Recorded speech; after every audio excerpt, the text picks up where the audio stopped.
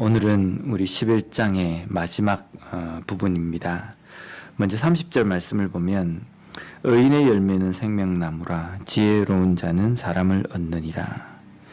우리가 보통 무엇의 열매는 무엇이다 라고 이야기할 때 열매라는 비유적 표현을 결과물에 대해서 우리가 이 표현을 씁니다. 의인이 삶을 살아가는 그 삶의 결과는 생명나무를 얻게 된다. 생명나무를 받게 된다라는 말씀입니다.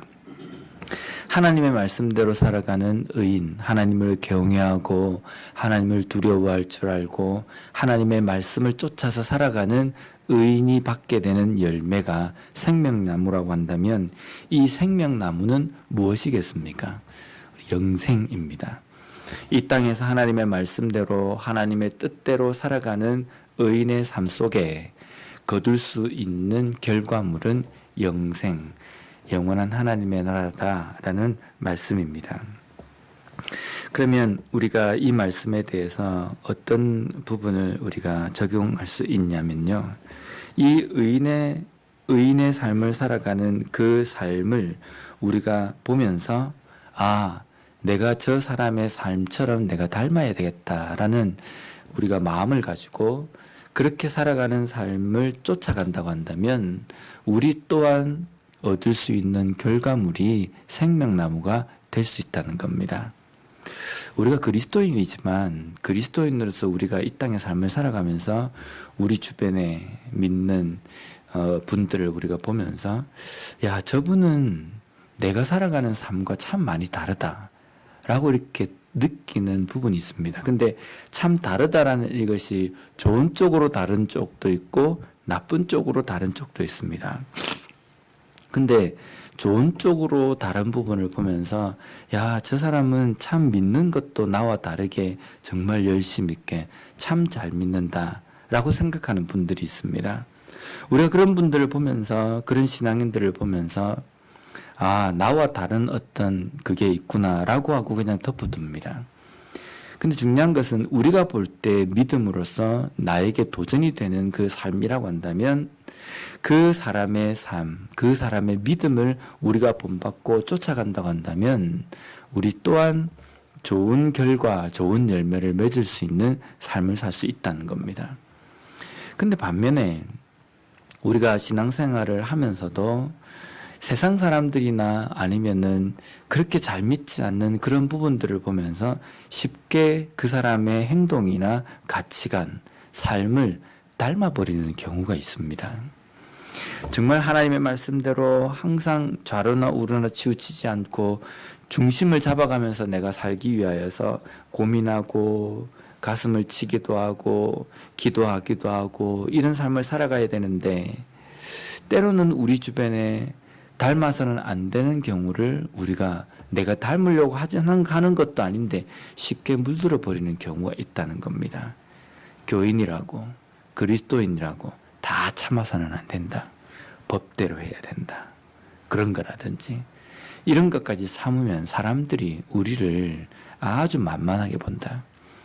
그래서 이럴 때에는 좀 뽐때를 보여줘야 된다. 이렇게 살아가는 삶의 가치관을 우리가 그대로 닮아간다고 한다면요. 우리는 그 얻을 수 있는 결과가 생명나무가 안 될 수 있다는 겁니다. 또 오늘 본문에는 지혜로운 사람은 사람을 얻는다라고 말씀합니다. 여기에 보통 우리가 구약 성경에서 사람 이러면 그 사람의 히브리어가 뭔지 우리가 잘 알지 않습니까? 아담이라는 겁니다.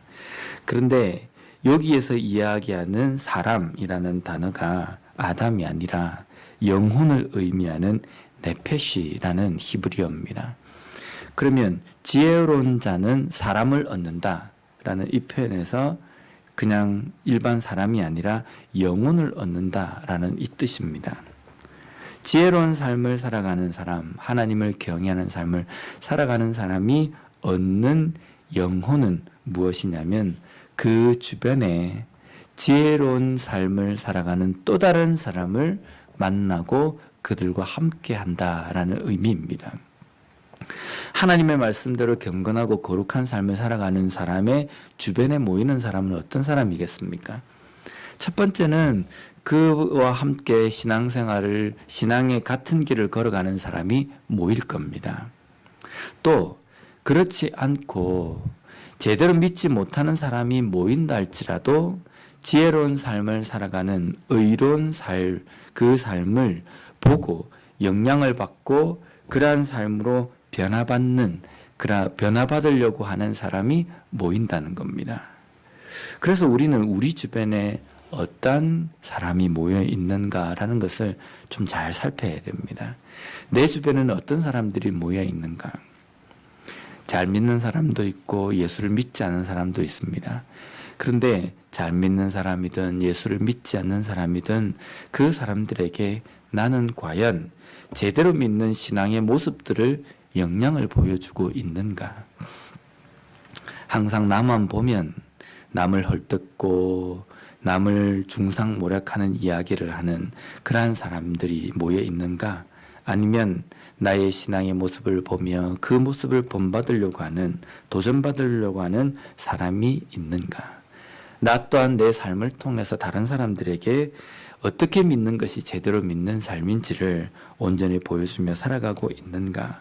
그것을 우리가 항상 돌아보며 좋은 영향력을 줄 수 있는 삶을 살아가는, 의로운 삶을 살아가는 우리가 되었으면 좋겠습니다. 다음으로 31절 말씀을 보면 보라, 의인이라도 이 세상에서 보응을 받겠거든 하물며 악인과 죄인이려. 여기에 의인이 보응을 받는다라는 이 보응이라는 단어가 두 가지 의미로 해석할 수 있습니다. 긍정적인 의미로는 보상을 이야기합니다. 의인이라도 이 세상에서 보상을 받는다. 또 이 단어가 부정적인 의미로 해석이 될 때에는 여기에 본문에 나와 있는 것처럼 보응이라는, 심판이라는 그런 의미가 여기에 담겨 있습니다. 그러면 의인이라도 이 세상에서 보응을 받는다. 그러면 하물며 악인과 죄인이려 라는 이 뜻을 긍정적인 의미로 해석을 하면 의인은 이 세상에서 보상을 받고 악인과 죄인은 이 세상에서 보응을 받는다 라는 의미입니다. 부정적인 의미로 사용한다면 의인이라도 이 세상에서 보응을 받는데 악인과 죄인 역시 보응을 반드시 받는다 라는 의미입니다.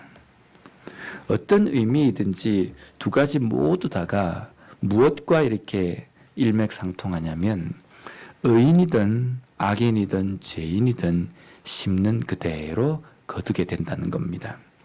의인이 심는 것은 의로운 삶, 거룩한 삶, 그런 삶을 심고 또 그로 말미암아 다시 거두는 것은 그 거두는 것에 대한 결과물, 심는 그대로 거두게 된다는 겁니다. 그래서 갈라디아서 6장 7절 말씀에 보면 스스로 속이지 말라. 하나님은 업신여김을 받지 아니하시나니 사람이 무엇으로 심든지 그대로 거두리라. 우리가 이 땅에서 심는 그대로 반드시 거두게 될 것입니다. 게으름으로 믿음 생활을 하면 나중에 결과도 그대로 거두게 될 것이고, 시편 말씀처럼 내가 울며 씨를 뿌리는 삶을 살아가게 되면 나중에는 기쁨으로 단을 거둘 수 있는 그런 결과를 우리가 맞이할 수 있다는 겁니다. 지금 현재 내 삶이 고달프고 때로는 힘들다 할지라도 믿음이여 걸어간다고 한다면 분명히 하나님께서는 그 모든 것들로 다시금 거두고 또 그것을 보상받을 수 있도록 해 주실 것입니다.